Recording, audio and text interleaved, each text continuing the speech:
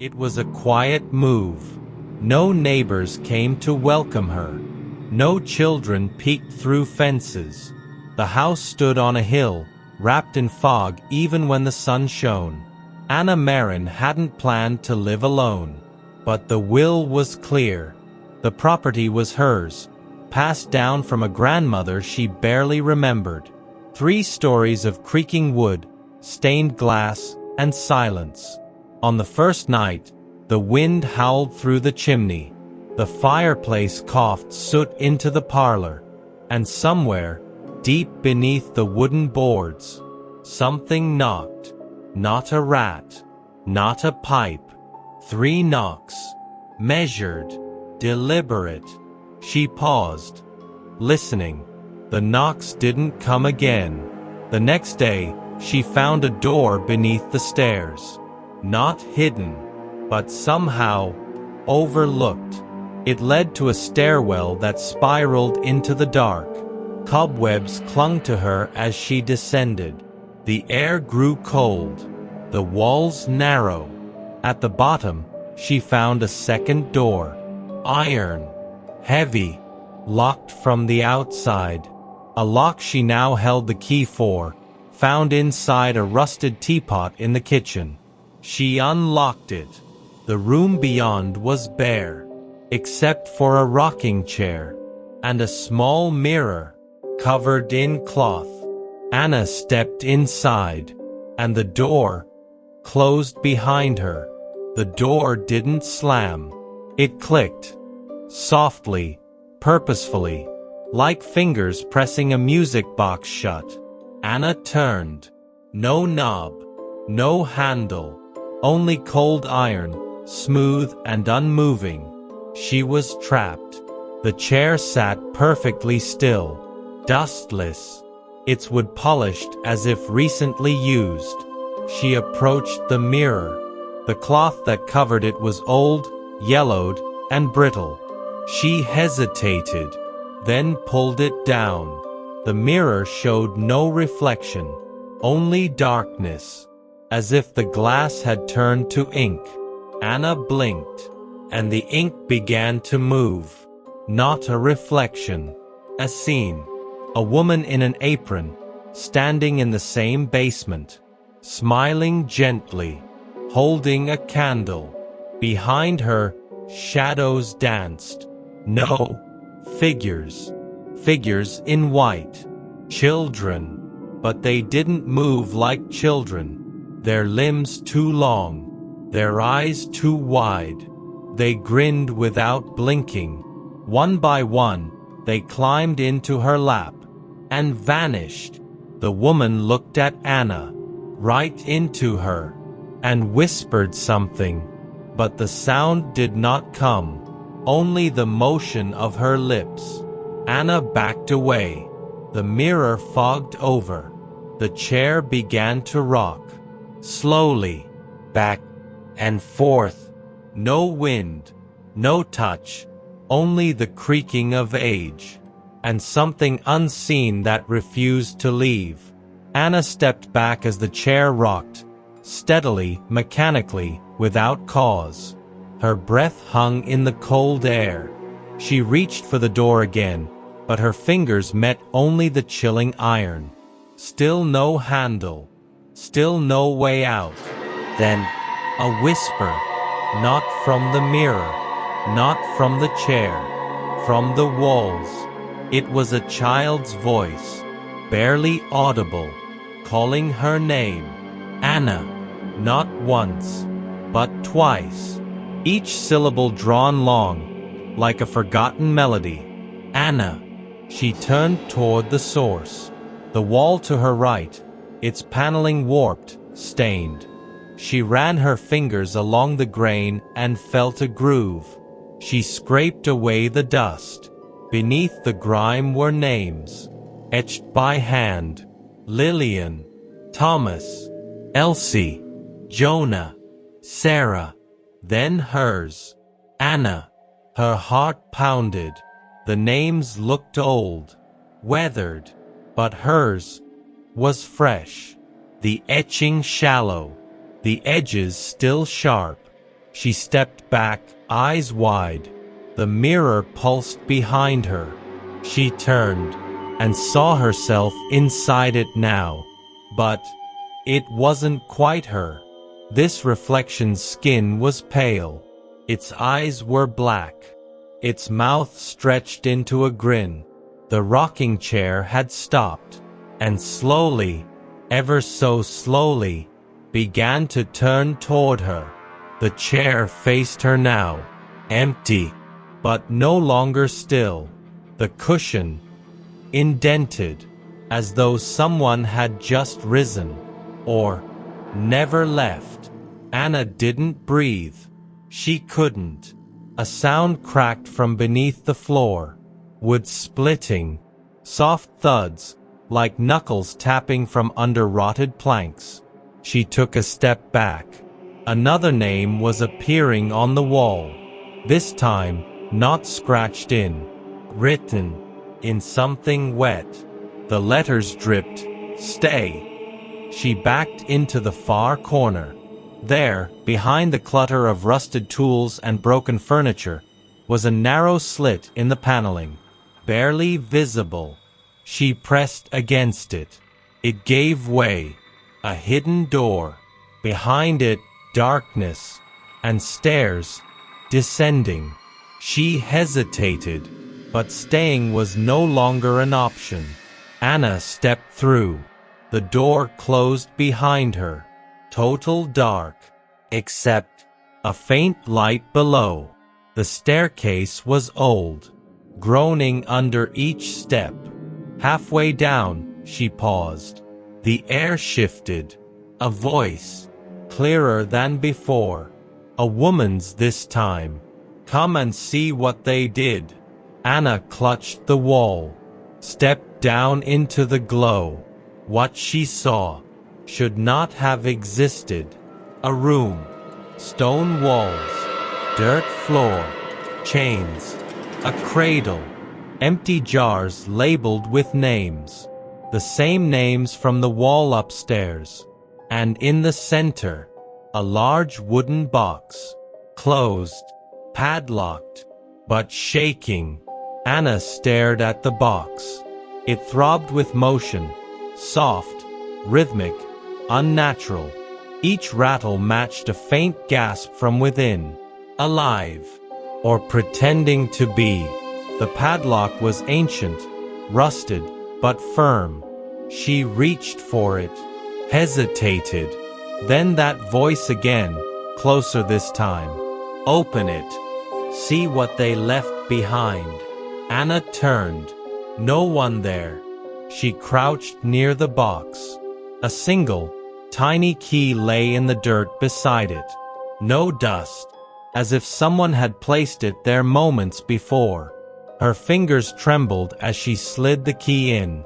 The lock resisted, then clicked. Silence. The box stopped moving. She slowly lifted the lid.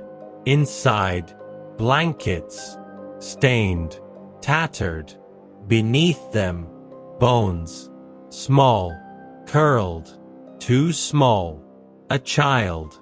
No, multiple. The truth came crashing down. This was no box. This was a coffin. Shared. She stumbled back. Then, a laugh. Soft. Not cruel. Not kind. Just waiting. She turned. The jars now glowed faintly. Each name softly illuminated. Each jar full of mist? No. Breath. Trapped. Souls. And hers. One jar still empty, but labeled clearly. Anna. The box creaked again. Empty now. The bones were gone.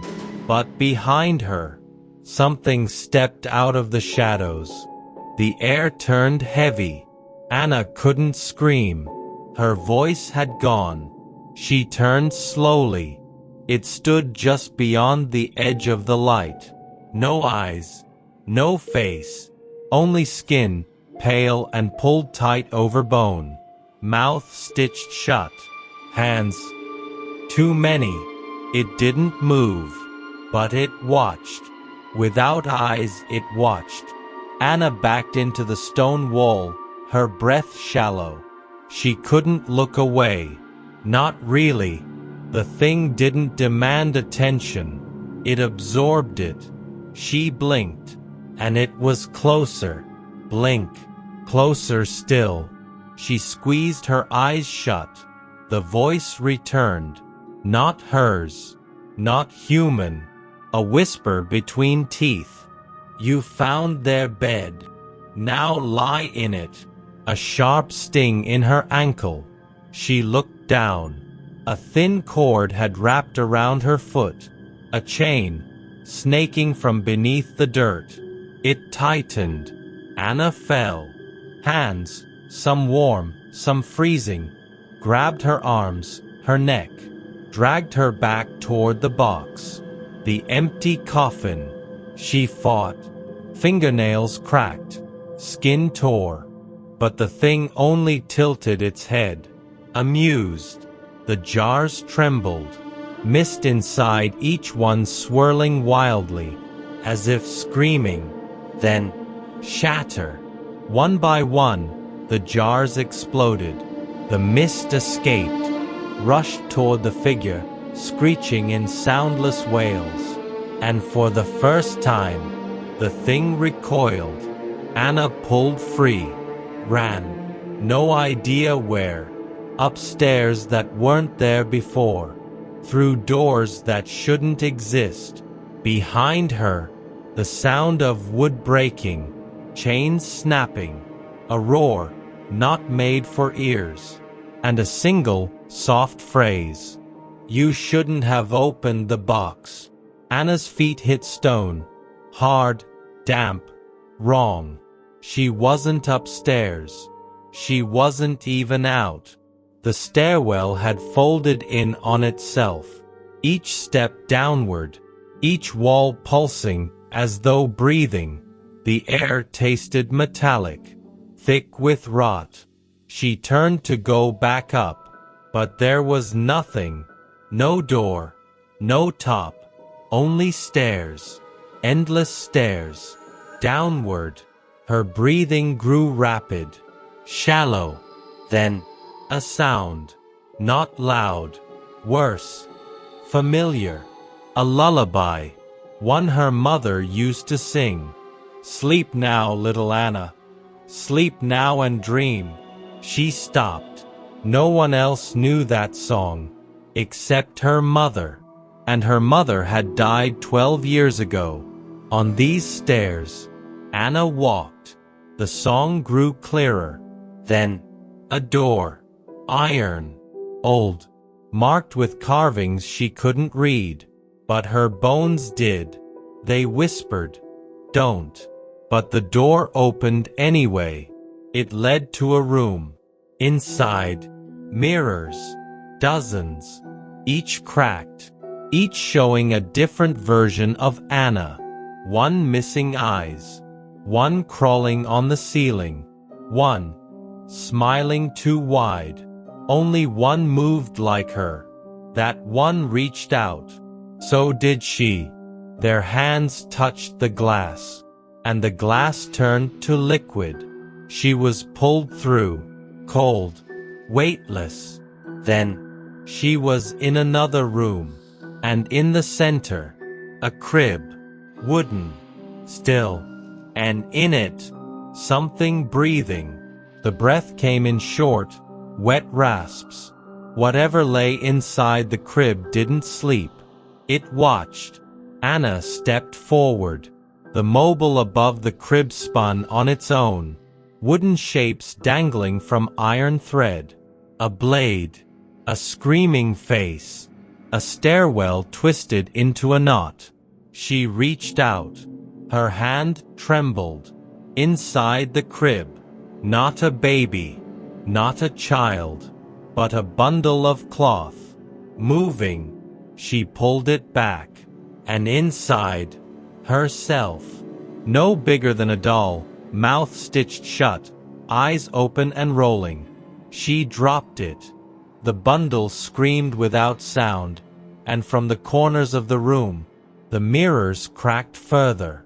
Each Anna inside began to pound the glass, bleeding, screaming, begging. One spoke, but only with her mouth. "Put it back." Anna backed away, her hands sticky with blood that wasn't hers. The real room began to shake. From beneath the crib, black fingers curled upward, long, thin, spidery. They gripped the floor. Then another hand, and another. The creature from before, faceless, watching, pulled itself up. But now it had a mouth. Her mouth. It opened wide. "Return what was stolen." Anna ran. The mirrors shattered as she passed. The hallway stretched on, doors slamming open and shut. Voices calling. One soft, familiar. "You don't belong here anymore." Then, a ladder, rusted, leading up. She climbed. The voices screamed behind her. The floor cracked open, and something reached through, just missed her foot. Then, light. Anna emerged into light. But it wasn't the light of morning. It was still, dust-filled, artificial. She stood in the hallway of her childhood home. But it was wrong. The wallpaper was stained. The photos hung crooked. The air smelled of mold and something else. Decay. She called out. No voice returned. Each door was shut. Each handle cold. She stepped into the kitchen, where the clock ticked backwards, where the faucet ran black. On the table, a photo album. Open, but the pictures were moving. One showed her, sitting beside her mother. Except Anna was older, now, and her mother's face, blank, skin smoothed over, no eyes, no mouth. She turned the page. Each photo grew worse. Her childhood birthdays, with guests whose heads were twisted backward. Christmas, where she sat alone, yet her shadow stretched out to embrace her. She slammed it shut. Then the lights flickered, and the door to the basement creaked open. From below, footsteps, slow, wet, coming up. Anna backed away, but her feet stuck, glued to the floor with something thick and unseen. Then, a shape rose from the basement. Tall, staggered. It wore her father's suit, but not his face. The thing raised a hand. In it, a key. Old, rusty, and made of bone. It dropped it on the floor. Clink. And whispered, in her own voice, "For the final door." Anna picked up the key. It pulsed in her hand. Warm. Alive. The house around her groaned. The walls swelled like lungs. Breathing. Waiting. She turned back toward the hallway. All doors were gone. All except one. A tall, blackened door at the end. No handle. Only a keyhole shaped like an eye. As Anna approached, the lights dimmed. The portraits along the walls bled from the frame. Her footsteps echoed in silence.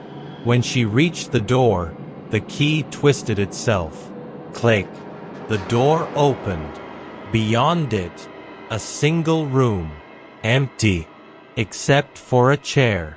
And in the chair, Anna. But not her. A mirror of her. Older. Tired. Eyes that had seen everything she had. And more. The seated Anna looked up, smiled, and said nothing.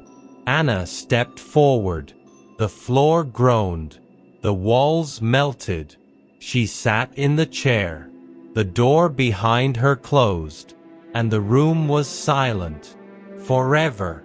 Outside the house, the forest consumed the walls. The roof crumbled. Dust swallowed the windows. By morning, nothing remained. No house, no chair, no Anna. Only the earth, undisturbed, as if no one had ever lived. Beneath the floorboards,